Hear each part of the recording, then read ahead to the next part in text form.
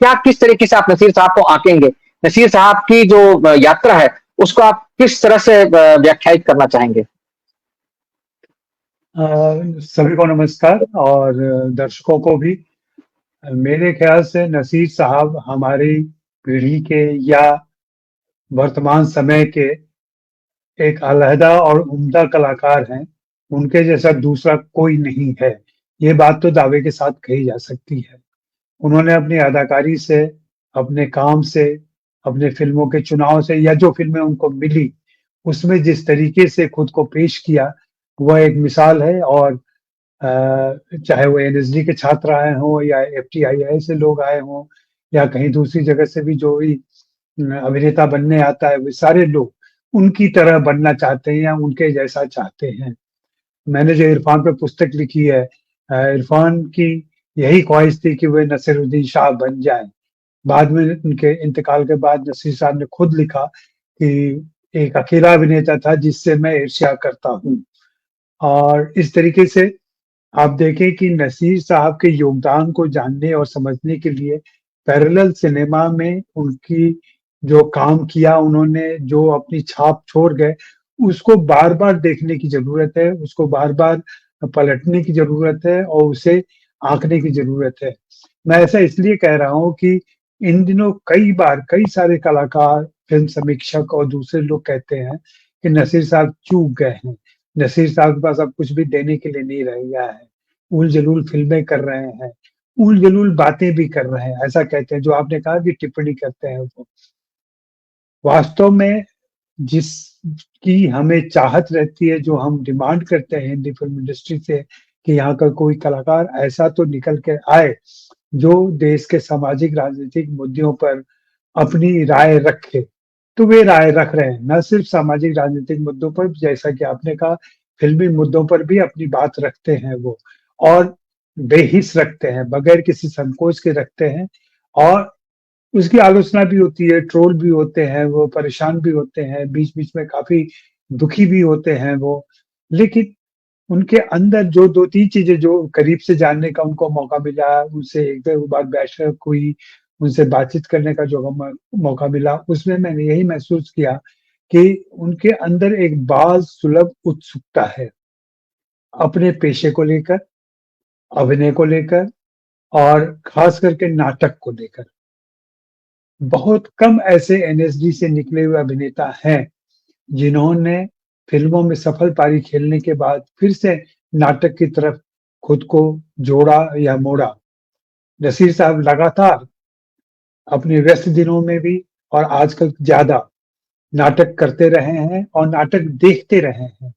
ऐसा कहते हैं मुंबई के सारे नाट्यकर्मी कि कोई भी नाटक आप कर रहे हो, आप नसीर साहब को बताएँ कि भई हम नाटक कर रहे हैं, हम चाहते हैं कि आप इसे देखें, तो नसीर साहब उसे देखने आते हैं, पूरी कोशिश रहती है उनकी। उनसे मिलते हैं, अपनी बातें कहते हैं। हाँ, उनके बारे में एक धारणा बन गई है कि बड़े तुनकमिजाज हैं, कई लोग उनको बदमिजाज भी कहते हैं, इसलिए कि वे मामूली सवालों से चिढ़ जाते हैं वो।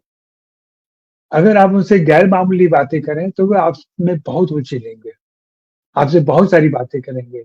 लेकिन ऐसी बातें अगर आप करने लगे कि भई मैं आपके साथ जुड़ना चाहता हूँ, मुझे एक्टिंग के कुछ गुर बता दीजिए, तो इस बात पे बहुत नाराज़ होते हैं। और कई बार ऐसा उन्होंने कहा भी कि एक्टिंग तो आपको खुद करनी पड़ती है, अभ्यास करना पड़ता है, उसके लिए कहीं जाने की, किसी मंच की आजकल तो बिल्कुल ज़रूरत नहीं है। आप कोई भी कहानी भी उठा लें, उसको पढ़ें, उसको 2 बार पढ़ें, 4 बार पढ़ें, आप एक्टिंग उसमें करें और आप देखें कि खुद में ही आप में निखार होता चला जाता है। ऐसी बेसिक चीज़ें वे बताते भी रहते हैं। मैंने ये भी देखा, उनके साथ बैठे हुए उनके ग्रुप के समय कि कुछ लोग आते हैं, कुछ नए जो बच्चे आते हैं, उत्साही बच्चे, अगर उनके सवाल जेन्युइन हुए और एक्टिंग से जुड़े हुए, पेचीदा हुए, तो वे बहुत खुश होते हैं इस बात पे कि और उसका जवाब भी देते हैं, अपने से ही वो कोशिश करते हैं कि हम उसका जवाब दे दें। और ये बार-बार वे बताते भी हैं कि जब मैं नए लोगों से मिलता हूँ, नई प्रतिभाओं से मिलता हूँ, तो उसके पीछे मकसद ये नहीं रहता है कि मैं उन्हें कुछ ज्ञान दे दूँ, उनको कुछ बता दूँ, उनको कुछ सिखा दूँ।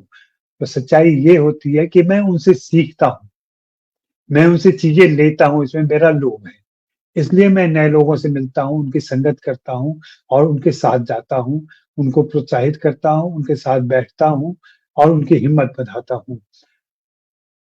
जहाँ तक फ़िल्मी करियर की बात है, उनके फ़िल्मी करियर को 2-3 हिस्सों में देखा जा सकता है। एक तो हिस्सा वो है जब वो एनएसडी से एफटीआई आकर के एफटीआई से फिर फ़िल्मों में आते हैं। निशांत उनकी पहली फ़िल्म होती है, उसके बाद मंथन होती है, जो गिरीश कर्नाड के सजेशन पर श्याम बेनेगल ने उनको साइन किया था और वहाँ से उनकी शुरुआत होती है। ये शुरुआत श्याम बेनेगल की भी शुरुआती दिनों की बात है।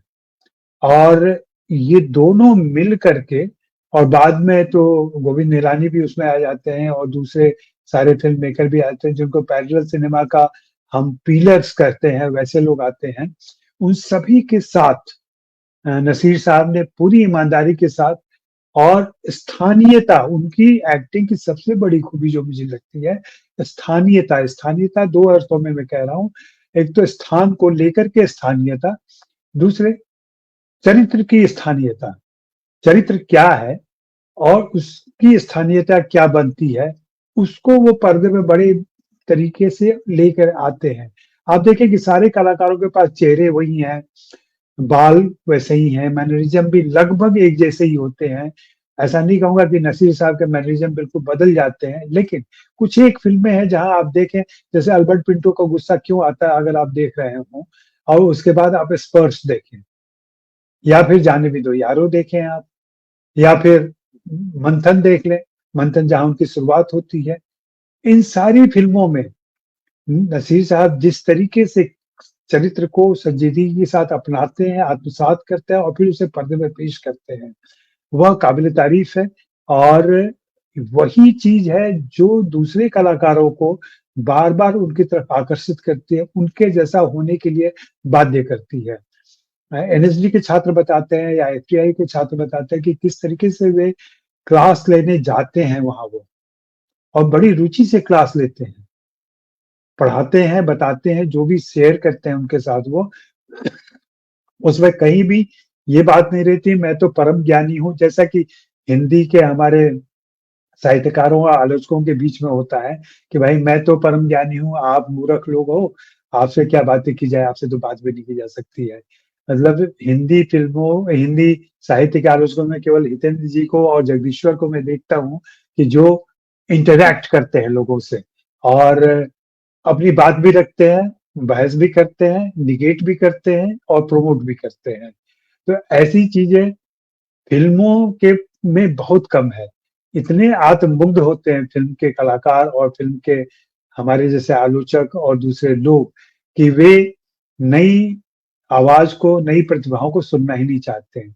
तो फिलहाल शुरुआती दौर मैं यही बात कहूँगा कि नसीर साहब की नकल होनी चाहिए, नसीर साहब के पद चिन्हों पर चलना चाहिए कलाकारों को, लेकिन उनकी स्थानीयता को अगर आप पकड़ें, उनके उस खास जो अप्रोच है उनका फ़िल्मों के लेकर के उसको पकड़े, तो बहुत कुछ सीख सकते हैं। मुझे एक बात जो मैंने बहुत पहले नसीर साहब से की थी, उसमें एक बात उन्होंने कही थी वो मुझे बहुत याद आती है और मैं बार-बार कलाकारों से पूछता हूँ।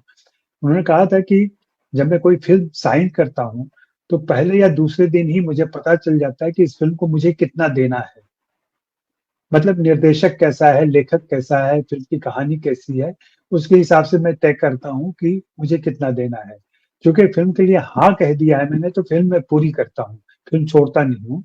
लेकिन मेरा 20% जाएगा उसमें या मेरा 80% जाएगा, ये मैं तय करता हूँ फ़िल्म में उनकी संलग्नता देख कर के, जो निर्देशक है, जो लेखक है, जो कहानी है, वो उसको देख कर के तय करता हूँ। और ये बहुत मार्के की बात है, हालाँकि दूसरे कलाकार इस बात को नहीं समझ पाते कि अपनी प्रतिभा का 20% कोई कैसे दे सकता है और बाकी स 80% कैसे बचाए रख सकता है। लेकिन ये बहुत ही गौर करने वाली बात है और एक्टिंग के छात्र जो थोड़े सिद्ध गुरु हैं, सिद्ध छात्र हैं, वे कहते हैं कि ऐसा होता है। हाँ। डायरेक्शन।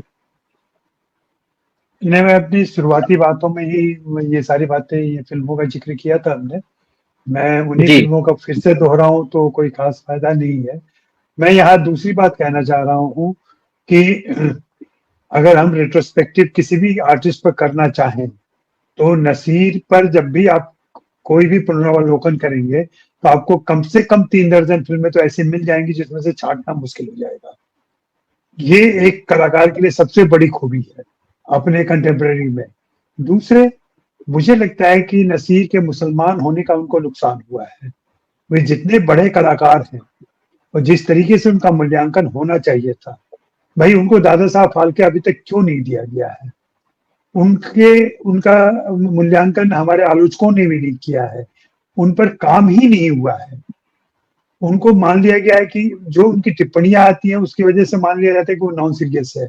जैसे हमारी बातचीत में भी आ जाता है कि वे लाठी चलाने लगते हैं। ये लाठी चलाने लगना बहुत निगेटिव वर्ड है, आपके भी मुंह से निकला ये। लाठी नहीं चलाते हैं वो बेसिकली अपनी बात कहते हैं, जो लगता है दूसरों को कि पारंपरिक बात से अलग बात कर रहा है तो ये कि लाठी चला रहा है, ऐसा नहीं होता है। एक कलाकार अपनी बात अगर कह रहा है तो उसकी बात को उसी शिद्दत के साथ महसूस करना चाहिए। वो सिर्फ किसी को तंग करने के लिए या किसी की फजीहत करने के लिए वैसा नहीं कर रहा है, वो अपनी पूरी मेधा के साथ, अपने अनुभव के साथ उसका मूल्यांकन कर रहा है। इस मूल्यांकन के बाद उनकी एक नॉन सीरियस इमेज बन गई है, जो इसकी गवाही है कि हम कितने नॉन सीरियस समाज में जी रहे हैं। हम क्यों नहीं उनकी बातों को गंभीरता से ले पाते, उस गंभीर तरीके से मूल्यांकन कर पाते हैं जो उनकी टिप्पणियां समसामयिक विषयों पर होती हैं।